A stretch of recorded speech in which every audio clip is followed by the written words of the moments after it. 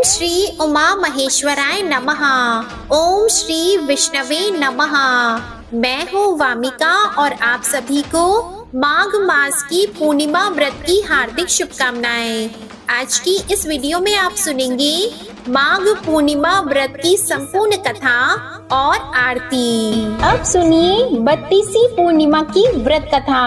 प्रेम से बोलिए भगवान श्री विष्णु जी की जय, माता लक्ष्मी जी की जय। द्वापर युग में यशोदा माँ ने श्री कृष्ण से कहा कि हे कृष्ण, तुम सारे संसार के उत्पन्न करता, पालनहारी और संहार करता हो। आज मुझे कोई ऐसा व्रत बताओ जिसको करने से मृत्यु लोक में भी स्त्रियों को विधवा होने का भय न रहे तथा यह व्रत सभी मनुष्यों की मनोकामना पूर्ण करने वाला हो। श्री कृष्ण कहने लगे, हे माता, तुमने अति सुंदर प्रश्न किया है। मैं तुम्हें ऐसे एक व्रत के बारे में विस्तार से बताता हूँ। सौभाग्य की प्राप्ति के लिए स्त्रियों को 32 पूर्णिमा व्रत करना चाहिए। इस व्रत को करने से स्त्रियों को सौभाग्य की प्राप्ति होती है। यह व्रत अत्यंत सौभाग्य देने वाला और भगवान शिव के प्रति भक्ति को बढ़ाने वाला है। यशोदा जी कहने लगी, हे कृष्ण, प्रथम इस व्रत को मृत्यु लोक में किसने किया था? इसके विषय में विस्तार से मुझे बताओ। श्री कृष्ण कहने लगे, इस भूमंडल पर अनेक प्रकार के रत्नों से परिपूर्ण कातिका नाम की एक नगरी थी। वहाँ चंद्रहास नामक राजा राज्य करता था। उसी नगर में धनेश्वर नाम का एक ब्राह्मण था और उसकी स्त्री अति सुशीला रूपवती थी। दोनों ही उस नगरी में बड़े प्रेम से रहते थे। घर में धन धान्य आदि की कोई कमी नहीं थी, परंतु उनको बहुत बड़ा दुख था कि उनकी कोई संतान नहीं है। एक समय एक बड़ा योगी उस नगरी में आया। वह योगी उस ब्राह्मण के घर को छोड़कर अन्य सभी घरों से भिक्षा लेकर भोजन किया करता था। वह रूपवती से कभी भिक्षा नहीं लेता था। एक दिन वह योगी रूपवती से भिक्षा न लेकर किसी अन्य घर से भिक्षा लेकर गंगा किनारे जाकर भीक्षण को प्रेम पूर्वक ग्रहण करने लगा कि धनेश्वर ने योगी का यह सब कार्य देख लिया। अपनी भिक्षा के अनादर से दुखी होकर धनेश्वर योगी से बोला, हे महात्मन, आप सब घरों से भिक्षा लेते हैं, परंतु आप मेरे घर की भिक्षा कभी नहीं लेते। इसका क्या कारण है? योगी ने कहा, निसंतान के घर की भीख पतितों के अन्न के तुल्य होती है और जो पतितों का अन्न खाता है वह भी पतित हो जाता है। क्योंकि तुम निसंतान हो, इसलिए पतित हो जाने के भय से मैं तुम्हारे घर की भिक्षा नहीं लेता। धनेश्वर योगी की यह बात सुनकर बहुत दुखी हुआ और हाथ जोड़कर योगी के पैरों में गिर गया और कहने लगा, हे महाराज, यदि ऐसा है तो आप पुत्र प्राप्ति का उपाय बताइए। आप सर्वज्ञानी हैं, मुझ पर कृपा कीजिए। हे भगवान, मेरे घर में धन की कोई कमी नहीं है, परंतु मैं पुत्र न होने के कारण अत्यंत दुखी हूँ। आप मेरे इस दुख का हरण करें, आप सामर्थ्यवान हैं। यह सुनकर योगी कहने लगा, हे ब्राह्मण, तुम चंडी की आराधना करो। घर आकर उसने अपनी पत्नी से सब वृतांत कहा और स्वयं तप करने के लिए वन में चला गया। वन में जाकर उसने चंडी की उपासना की और उपवास किए। चंडी ने 16वें दिन उसको स्वप्न में दर्शन दिया और कहा, धनेश्वर, जा, तेरे घर पुत्र होगा। परंतु वह 16 वर्ष की आयु में ही मृत्यु को प्राप्त हो जाएगा। यदि तुम दोनों पति पत्नी 32 पूर्णमासियों का व्रत विधि पूर्वक करोगे तो वह दीर्घ आयु हो जाएगा। जितनी तुम्हारी सामर्थ्य हो, आटे के दिए बनाकर शिवजी भगवान का पूजन करना, परंतु पूर्णमासी के व्रत 32 होने चाहिए। प्रातः काल होने पर इस स्थान के समीप तुम्हें आम का वृक्ष दिखाई देगा। उस पर चढ़कर तुम एक फल तोड़कर शीघ्र ही अपने घर चले जाना और अपनी पत्नी से सब वृतांत कहना। ऋतु स्नान के पश्चात वह स्वच्छ होकर श्री शंकर भगवान का ध्यान करके उस फल को खा लेगी। शंकर भगवान की कृपा से उसको गर्व हो जाएगा। जब वह ब्राह्मण प्रातः काल उठा तो उसने एक स्थान के पास ही आम का वृक्ष देखा जिस पर एक अत्यंत सुंदर आम का फल लगा हुआ था। उस ब्राह्मण ने उस आम के वृक्ष पर चढ़कर फल को तोड़ने का प्रयत्न किया, परंतु वृक्ष पर कई बार प्रयत्न करने पर भी वह चढ़ नहीं पाया। तब उस ब्राह्मण को बहुत चिंता हुई। तब विघ्न विनाशक श्री गणेश भगवान की वंदना करने लगा। हे दयानिधि, अपने भक्तों के विघ्नों का नाश करके उनके मंगल कार्य को करने वाले, दुष्टों का नाश करने वाले, रिद्धि सिद्धि प्रदान करने वाले, आप मुझ पर कृपा करके इतना बल दें कि मैं अपने मनोरथ को पूरा कर सकूं। इस प्रकार गणेश जी की प्रार्थना करने पर उनकी कृपा से धनेश्वर वृक्ष पर चढ़ गया और उसने सुंदर आम के फल को तोड़ लिया। और धनेश्वर ने सोचा कि वरदान से फल मिला था वो यही है और कोई फल तो दिखाई नहीं दे रहा। धनेश्वर ब्राह्मण ने जल्दी से घर जाकर अपनी पत्नी को वह फल दे दिया और उसकी पत्नी ने अपने पति के कहे अनुसार उस फल को खा लिया और वह गर्भवती हो गई। देवी जी की असीम कृपा से उसे एक अत्यंत सुंदर पुत्र उत्पन्न हुआ जिसका नाम उन्होंने देवी दास रखा। माता पिता के हर्ष और शोक के साथ वह बालक शुक्ल पक्ष के चंद्रमा के भांति अपने पिता के घर में बड़ा होने लगा। माता भवानी की कृपा से वह बालक बहुत ही सुंदर, सुशील, विद्या पढ़ने में बहुत ही निपुण हो गया। दुर्गा जी की आज्ञा अनुसार उसकी माता ने 32 पूर्णमासी का व्रत रखना आरंभ कर दिया जिससे उसका पुत्र बड़ी आयु वाला हो जाए। 16वां वर्ष लगते ही देवी दास के माता पिता को बड़ी चिंता हो गई कि कहीं उनके पुत्र की इस वर्ष मृत्यु न हो जाए। इसलिए उन्होंने अपने मन में विचार किया कि यदि यह दुर्घटना उनके सामने हो गई तो वे कैसे सहन करेंगे। इसलिए उन्होंने देवी दास के मामा को बुलाया और कहा, हमारी एक बहुत बड़ी इच्छा है कि देवी दास 1 वर्ष तक काशी में जाकर विद्या अध्ययन करे और उसको अकेला भी नहीं छोड़ना चाहिए। इसलिए साथ में आप चले जाएं और 1 वर्ष के पश्चात इसको वापस ले आना। सब प्रबंध करके उसके माता पिता ने काशी जाने के लिए देवी दास को एक घोड़े पर बिठाकर उसके मामा के साथ भेज दिया, परंतु यह बात उसके मामा या किसी और से नहीं बताई।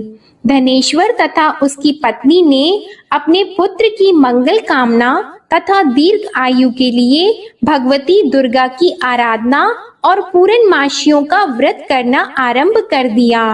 इस प्रकार बराबर 32 पूर्णमासी के व्रत को उन्होंने पूरा किया। कुछ समय पश्चात एक दिन वह मामा और भांजा मार्ग में रात बिताने के लिए किसी गांव में ठहरे हुए थे। उस दिन उस गांव में ब्राह्मण की अत्यंत सुंदर, सुशीला और गुणवती कन्या का विवाह हो रहा था। जिस धर्मशाला के अंदर वर और उसकी बारात ठहरी हुई थी, उसी धर्मशाला में देवी दास और उसके मामा भी ठहरे हुए थे। संयोगवश कन्या को तेल आदि चढ़ाकर मंडप आदि का कार्य किया गया तो लग्न के समय वर को धनुर्वात हो गया। इसलिए वर के पिता ने अपने कुटुंबियों से विमर्श करके निश्चय किया कि यह देवी दास मेरे पुत्र जैसा ही सुंदर है, मैं इसके साथ ही लग्न करवा दूं और बाद में विवाह के अन्य कार्य मेरे लड़के के साथ हो जाएंगे। ऐसा सोचकर देवी दास के मामा से जाकर बोला कि तुम थोड़ी देर के लिए अपना भांजा हमें दे दो, जिससे विवाह के लग्न का सब कार्य सुचारू रूप से हो सके। तब देवीदास का मामा कहने लगा, जो कुछ भी वधू पक्ष से कन्यादान के समय वर को मिले वह सब हमें दे दिया जाए, तो मेरा भांजा इस बारात का दूल्हा बन जाएगा। यह बात वर के पिता ने स्वीकार कर लेने पर उसने अपना भांजा वर बनने के लिए भेज दिया और उसके साथ सब विवाह कार्य विधि पूर्वक संपन्न हो गए। पत्नी के साथ वह भोजन करने के पश्चात बहुत उदासीन और दुखी हो गया। उसने सब बातें जो वर के पिता और उसके मामा में हुई थी लड़की को बता दी। तब कन्या कहने लगी कि यह ब्रह्मा विवाह के विपरीत कैसे हो सकता है। देव, ब्राह्मण और अग्नि के सामने मैंने आपको ही अपना पति माना है, इसलिए आप ही मेरे पति हैं। मैं आपकी ही पत्नी रहूंगी, अन्य किसी की नहीं। देवीदास ने कहा, ऐसा मत करिए, क्योंकि मेरी आयु बहुत कम है। मेरे पश्चात आपकी क्या गति होगी, इन बातों को अच्छी तरह विचार कर लो।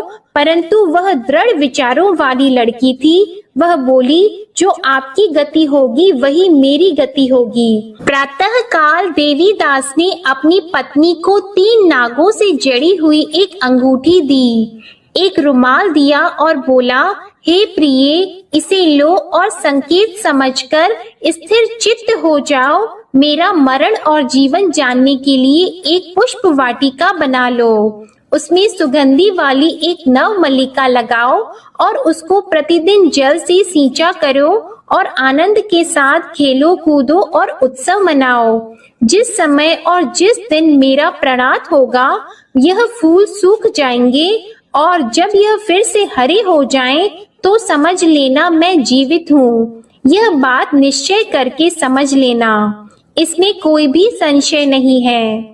इतना कहकर देवीदास वहां से चला गया और प्रातः काल होते ही वहां पर गाजे बाजे बजने लगे और जिस समय विवाह कार्य समाप्त करने के लिए वर तथा सब बाराती मंडप में आए, तो कन्या ने वर को भली प्रकार से देखकर अपने पिता से कहा, यह मेरा पति नहीं है। मेरा पति वही है जिसके साथ रात्रि में मेरा पाणी ग्रहण हुआ था। इसके साथ मेरा विवाह नहीं हुआ है। यदि यह वही पुरुष है तो बताइए कि मैंने इसको क्या दिया।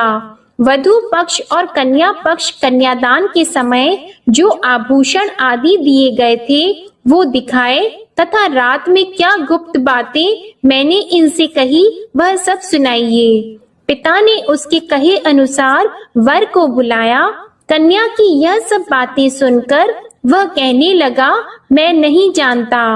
इसके पश्चात लज्जित होकर वह वहां से चला गया और सारी बारात भी अपमानित होकर वहां से लौट गई। भगवान श्री कृष्ण बोले, हे माता, इस प्रकार देवीदास काशी विद्या अर्जन के लिए वहां से चले गए और जब कुछ समय बीत गया तो काल से प्रेरित होकर एक सर्प रात्रि के समय उसको डसने के लिए वहां पर आया। उस विषधर के प्रभाव से उसके शयन का स्थान चारों ओर से विष की ज्वाला से विषैला हो गया, परंतु व्रत के प्रभाव से उसको काट नहीं पाया, क्योंकि पहले ही उसकी माता ने 32 पूर्णमासी का व्रत रखा था। इसके बाद मध्याह्न के समय स्वयं काल वहां आया और उसके शरीर से प्राणों को निकालने का प्रयत्न करने लगा, जिससे वह मूर्छित होकर पृथ्वी पर गिर गया। उसी समय माता पार्वती के साथ भगवान शंकर वहां आ गए। उसको मूर्छित दशा में देखकर माता पार्वती जी ने शंकर जी से प्रार्थना की, हे महाराज, इस बालक की माता ने पहले ही 32 पूर्णिमा का व्रत पूरा किया था, जिसके प्रभाव से आप इसको प्राण दान दें। माँ भवानी के कहने पर भक्त वत्सल भगवान शिव जी ने उसको प्राण दान दे दिया। इस व्रत के प्रभाव से काल को भी पीछे हटना पड़ा और देवीदास स्वस्थ होकर बैठ गया। उधर उसकी पत्नी उसके काल की परीक्षा किया करती थी। जब उसने देखा उस पुष्प वाटिका में पुष्प कुछ भी नहीं रहे तो उसको अत्यंत आश्चर्य हुआ, लेकिन जब वह जैसे ही हरी भरी हो गई तो वह जान गई कि अब उसका पति ठीक ठाक है, वह जीवित हो गया है। यह देखकर वह बहुत प्रसन्न हो उठी। अपने पिता से कहने लगी, पिताजी मेरे पति जीवित हैं, आप उनको ढूंढिए। जब 16वां वर्ष व्यतीत हो गया तो देवीदास भी अपने मामा के साथ काशी से चल गया। इधर उसके ससुर उसको ढूंढने के लिए अपने घर से जाने ही वाले थे कि वे दोनों मामा भांजा वहां पर आ गए। उनको आया हुआ देखकर उनके ससुर को बड़ी प्रसन्नता हुई और वह उन्हें अपने घर ले गए।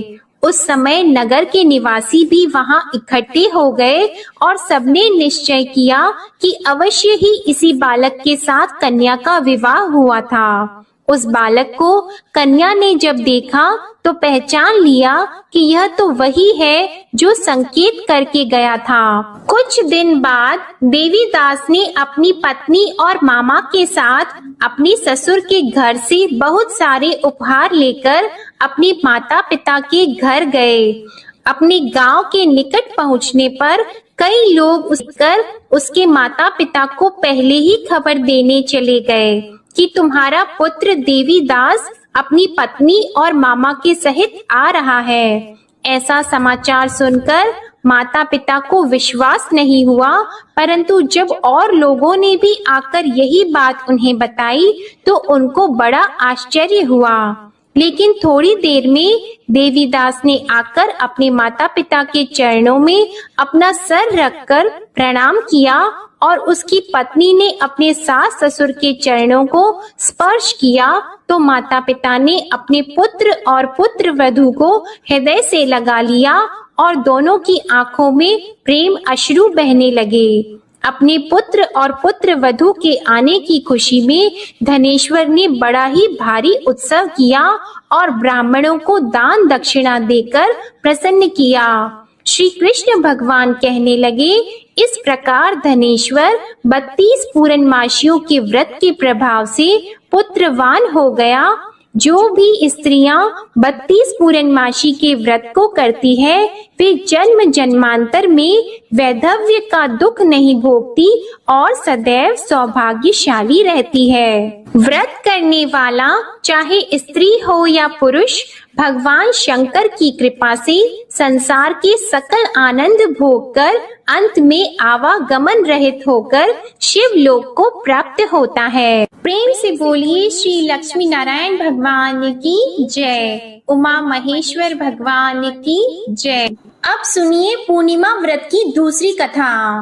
पौराणिक कथा के अनुसार एक बार की बात है, किसी नगर में एक सेठ और सेठानी रहते थे। सेठानी प्रतिदिन श्री हरि भगवान विष्णु की पूरी श्रद्धा से पूजा अर्चना किया करती थी, लेकिन उसका पूजा करना उसके पति यानी सेठ को बिल्कुल भी पसंद नहीं था। इसी कारण सेठ ने एक दिन अपनी पत्नी को घर से निकाल दिया।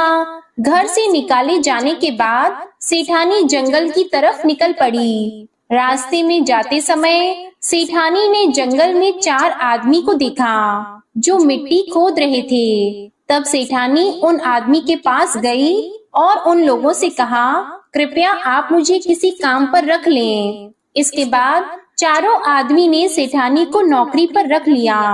सेठानी के हाथ पांव बहुत ही कोमल थे, इस वजह से काम करते करते उसके हाथ पर छाले पड़ गए। सेठानी के हाथों को देखकर चारों आदमी ने कहा कि तुम यह काम छोड़ दो, तुम किसी अच्छे घर खानदान की लगती हो, इसकी जगह तुम हमारे घर के काम में हाथ बटा दो। सेठानी इस काम के लिए राजी हो गई। फिर वे चारों आदमी सेठानी को अपने घर ले गए। वहाँ चारों आदमी हर दिन 4 मुट्ठी चावल लाते थे और आपस में बांटकर उसे खा लेते थे। यह देखकर सेठानी को बहुत बुरा लगा।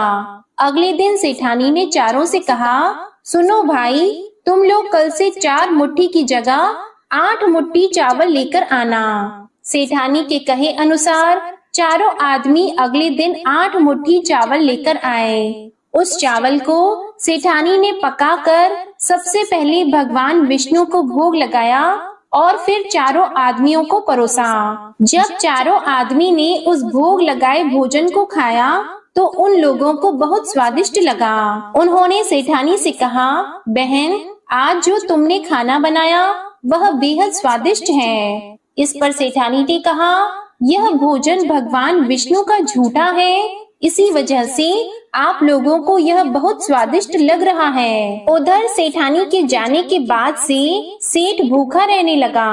आस पड़ोस के लोग उसे देखकर ताने भी मारते थे कि यह आदमी सिर्फ अपनी पत्नी की वजह से ही भोजन किया करता था। ऐसा बार बार सुनने के बाद सेठ एक दिन अपनी पत्नी की तलाश में जंगल की तरफ निकल पड़ा।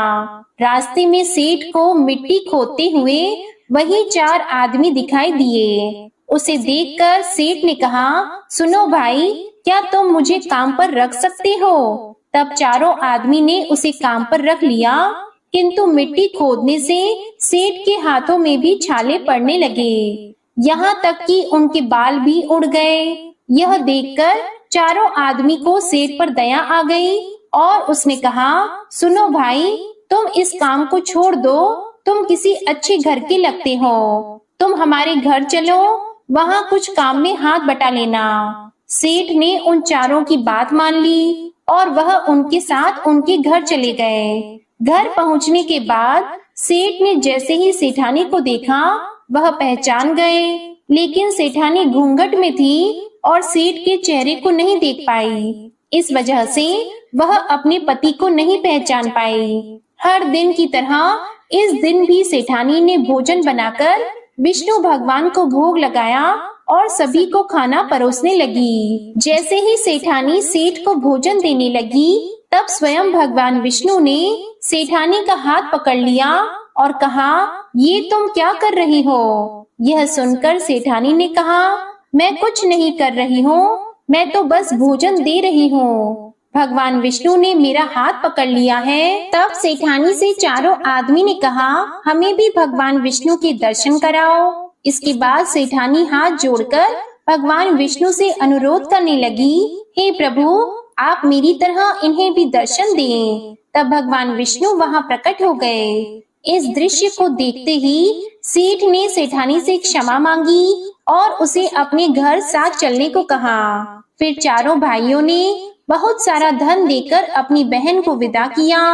इस घटना के बाद से सेठ भी भगवान विष्णु के भक्त बन गए और उनकी श्रद्धा पूर्वक पूजा करने लगे। ऐसा करने से सेठ सेठानी के घर फिर से धन की वर्षा होने लगी। मान्यता है कि पूर्णिमा का व्रत रखकर इस कथा को सुनने से भगवान श्री विष्णु जी की कृपा से सभी के घर धन धान्य से भर जाते हैं और सभी के दुख दूर होते हैं। प्रेम से बोलिए भगवान श्री विष्णु जी की जय। अब सुनिए विष्णु भगवान की आरती। जय जगदीश हरे स्वामी, जय जगदीश हरे, भक्त जनों के संकट क्षण में दूर करे।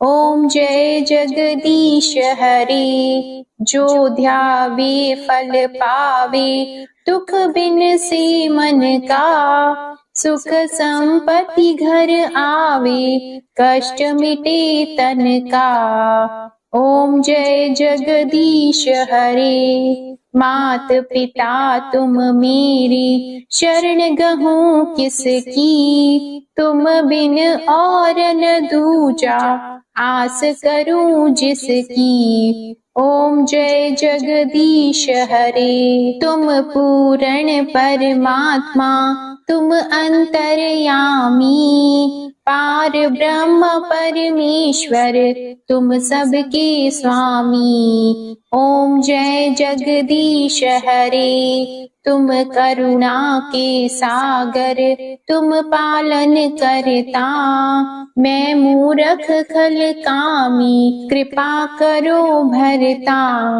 ओम जय जगदीश हरे, तुम हो एक अगोचर, सबके प्राण गणपति, किस विधि मिलूं दयामय, तुमको मैं कुमति। ओम जय जगदीश हरे, दीन बंधु दुख हरता, तुम ठाकुर मेरे, अपने हाथ उठाओ, द्वार पड़ा तेरे। ओम जय जगदीश हरे, विषय विकार मिटाओ, पाप हरो देवा, श्रद्धा भक्ति बढ़ाओ, संतन की सेवा।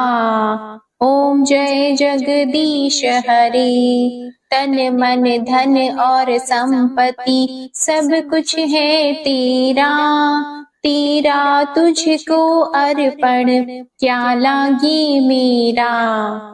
ओम जय जगदीश हरे, श्री जगदीश स्वामी जी की आरती जो कोई नर गावे, कहत शिवानंद स्वामी, कहत शिवानंद स्वामी, मन वांछित फल पावे। ओम जय जगदीश हरे, जय जगदीश हरे, स्वामी जय जगदीश हरे, भक्त जनों के संकट क्षण में दूर करे। ओम जय जगदीश हरे, ओम जय जगदीश हरे, ओम जय जगदीश हरे। प्रेम से बोलिए भगवान विष्णु जी और माता लक्ष्मी जी की जय। आपको ये कथा पसंद आई हो तो वीडियो को लाइक करिएगा, शेयर करिएगा, कमेंट में भगवान श्री लक्ष्मी नारायण जी और श्री उमा महेश्वर भगवान की जय जरूर लिखिएगा और चैनल को सब्सक्राइब जरूर करिएगा। इसी के साथ श्री सत्यनारायण भगवान की कथा की वीडियो भी हमारे चैनल पर आप जरूर सुनिएगा। जय श्री राधे कृष्णा।